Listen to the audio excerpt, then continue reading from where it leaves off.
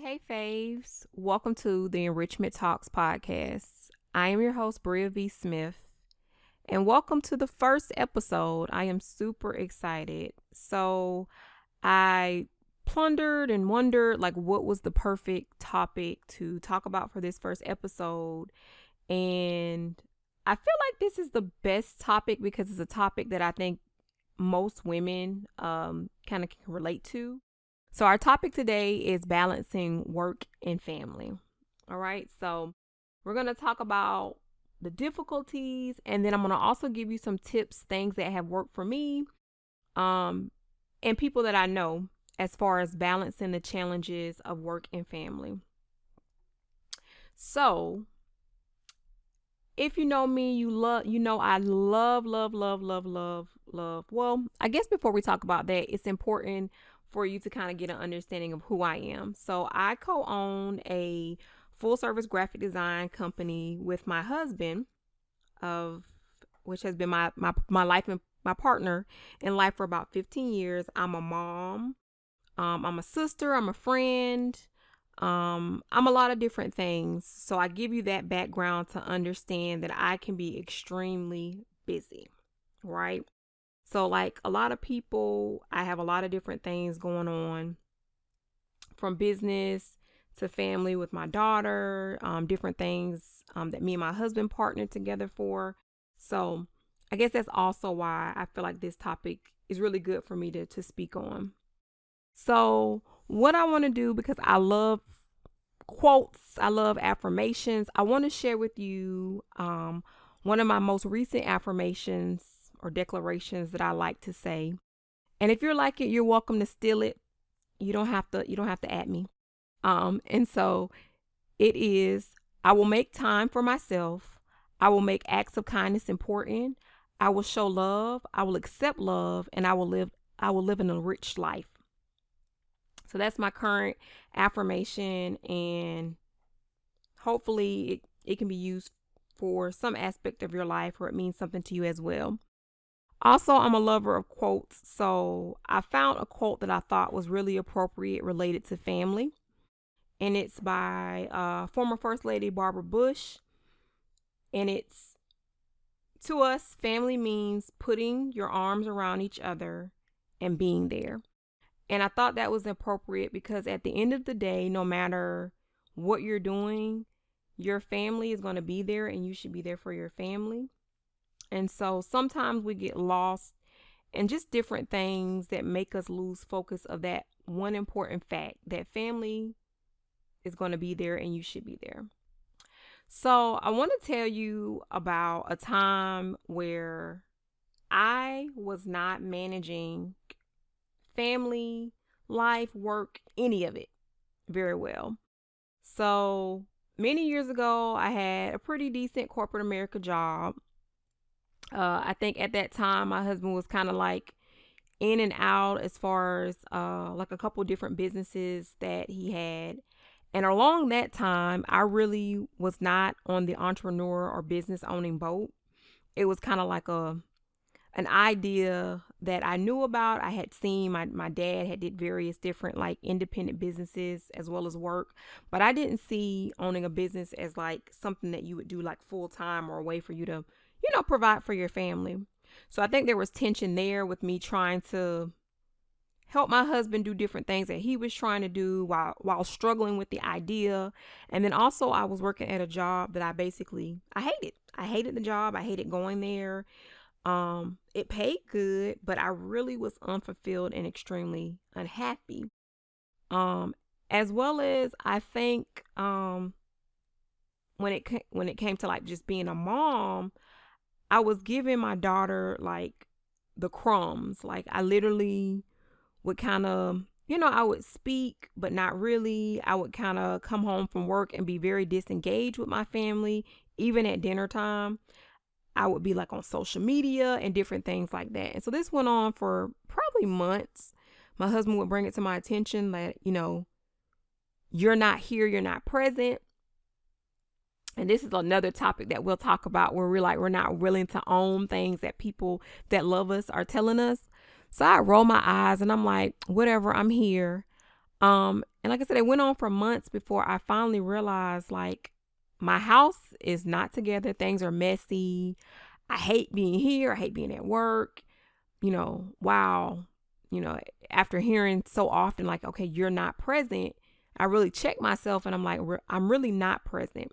And so things had to change, but it took a lot of effort and it took action. So if you're in a place, because I know this is a new year, if you're in a place where you feel like life is chaotic, in various different areas of your life, you're not being the best you that you can be, then these tips definitely should be helpful. So one thing I want to say is we can't get lost in the ideal or the idea of perfection when it comes to balancing life, work, family. Um, and I've talked about this before, like on platforms and speaking engagements. But one thing I used to say, like, something has to suffer in a sense that as one person, you can't give your time equally to anything.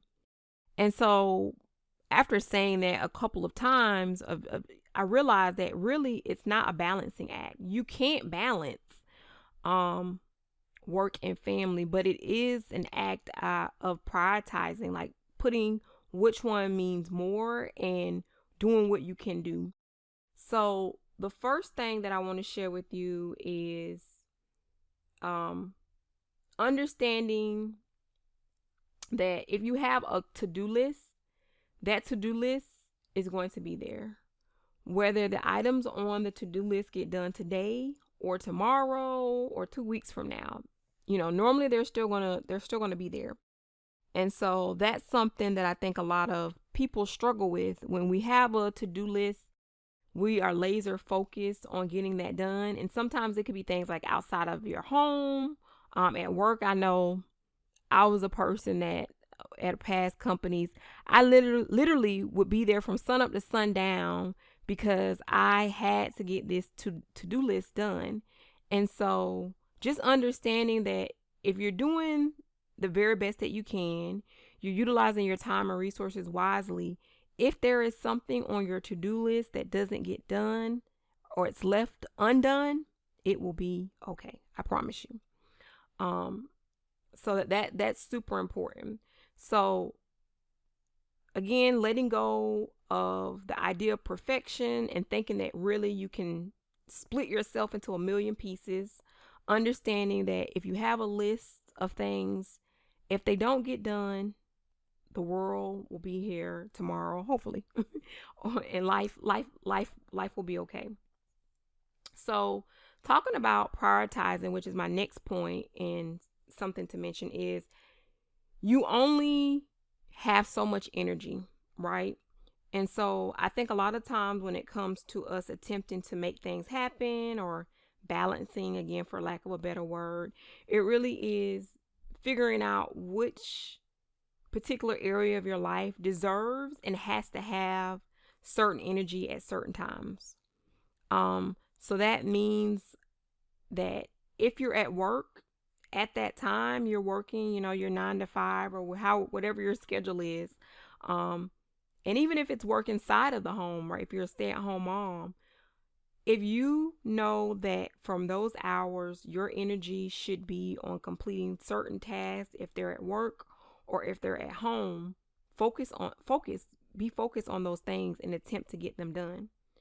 Try not to kind of like, well, start this, well, I'm going to focus on that, because really you're not going to basically make progress. People think you can do that, but it's been proven time and time again that the best thing to do is normally to focus on one thing at a time. Okay? And don't think that you're doing your family any type of justice or favor by attempting to multitask, by working and talking to them, or popping in, like it's like I gave the example earlier for my own self, like giving them crumbs. They deserve better, and I know you would want better. So a big component of how things work and flow in anything, and especially when it comes to dividing energy and time and prioritizing would be planning. So utilizing resources that are available to us on a day-to-day basis in our smartphones, on our computers.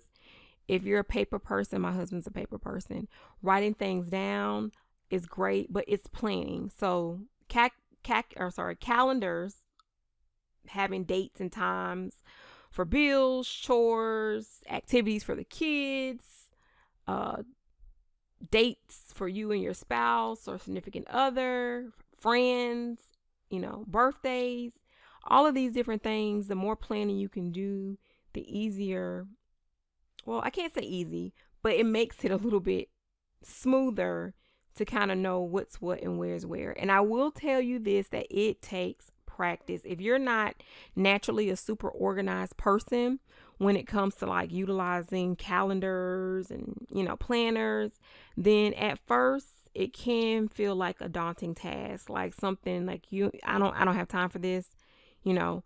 But if you practice at it, as with anything, practice does allow us to become better. So don't give up if you've tried the calendar planner thing 100 times. Try again, as well as trying what works for you. So some people have to have things like really detailed, like, dots, T's crossed. Others do better with a little bit more flexibility in planning, so keep that in mind too. The next thing is preparation. So you've planned, you kind of have your plan, but sometimes you have to prepare certain things. So utilizing the example of like me cooking dinner for my family. If I know that my schedule is super busy, and let me just disclaimer because I don't want to be like a hypocrite. Sometimes I do not make this happen. My husband would tell you sometimes I don't, but it's basically like preparing dinner. So I do my best to try to meal prep, try to have certain things in order, like based on the plan and the schedule that I may have. Am I 100% perfect at it? Absolutely not. But it does help when I am able to get, say, 75% of things prepared that can be prepared. Listen, the day runs so much smoother. Because if I'm working over late and I'm like, man, I know they got to eat, I don't want to have to buy something. If there's already something prepped, heating it up in 5 minutes or 10 minutes is going to be so much easier than trying to like go to the grocery store, buy the stuff, cook the stuff. So preparation really does make a difference. And you can do that with food, clothing. I mean, there's many different things just depending on what's on your to-do list and calendar. Another big thing that I feel like a lot of people struggle with, and I'm guilty of it as well, but I'm thankful that, my support system sometimes does hold me accountable, and that's asking for help. You don't have to be superwoman and feel like everything that you're doing needs to be done by yourself. You also don't have to feel less than a mom or wife or friend if you ask for help. I know we kind of have the idea that if I don't do it, it won't be done right, or I don't want to ask someone something because I don't want to feel like I owe them something, or I don't want them to perceive me in a certain way. But when it comes to your overall success, whether it's family, business, work, whatever, I think it's important to remember that you have to put pride aside and do what's best for the common goal, right? The saying, the ends justify the means. So if that means that you need to put your pride aside and ask your mom, your sister, your friend, your husband to help you with something that you would normally do, it's okay. And to trust people enough to show up in a way that can complete the task. Like, don't ask someone to do something and then you're still like checking in, micromanaging, putting your hands all over it, because then it's like, it's insulting to that person that really may genuinely want to support you, but you've like basically made them feel like, okay, you don't feel like they're capable. No worse feeling than feeling like, okay, I'm trying to do something for someone, but clearly they don't feel like I'm capable to do it. All right. And the last thing, and I think it's huge for just everyday in everything, to give yourself grace, to understand that you will have good days and bad days with, balancing or attempting to balance work, family, life. So every day is not going to be perfect. I can tell you numerous of times where I literally like will just like go in the bathroom. It's like a mom thing. And I guess probably anyone probably can relate to, but you can feel so overwhelmed that it's just like, oh. So I literally would like go into the bathroom and like sit on the toilet stool with the seat down, like close the seat and just sit there and just like just just decompress, because sometimes you can just really have a bad day. Or I can think of times where I'm like attempting to multitask and I'm like cooking dinner and I burn dinner. It's no worse feeling like to feel like you like giving so much effort to prep something and then to watch it like burn or be burnt when you go to the oven and it's like, oh. And if you already had like a horrible day, those types of little everyday occurrences can literally push you to a place of just complete despair. So understand that you're human, you will make mistakes, and grace should be given, but also should be received. So I hope that these tips are helpful to you. I hope that you realize that you are like many people attempting to make it all work, and when things don't go as planned, when you're having a rough day, I hope that you can find some type of like peace or joy or understanding, like you're not the only person that's going through this, and it's normal. It's normal to have bad days. It's normal when you're a busy mom to be late, picking up your kids from basketball or soccer practice. I hope I'm not the only person that's done that. Like literally, I've been late to pick my daughter up from school or activity, or late showing up. Not because I didn't care, but just because life happens. And so, if life is happening or life has happened and it will continue to happen, give yourself some grace.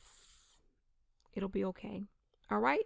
I would love to know your thoughts or share some of your funny stories where balancing work, life, family, relationships just didn't go quite as well as you would have liked to. I'm sure like we all can read each other's comments and get some laughs and some type of like understanding that this is normal from the comments. All right. So until next time, be great and be enriched.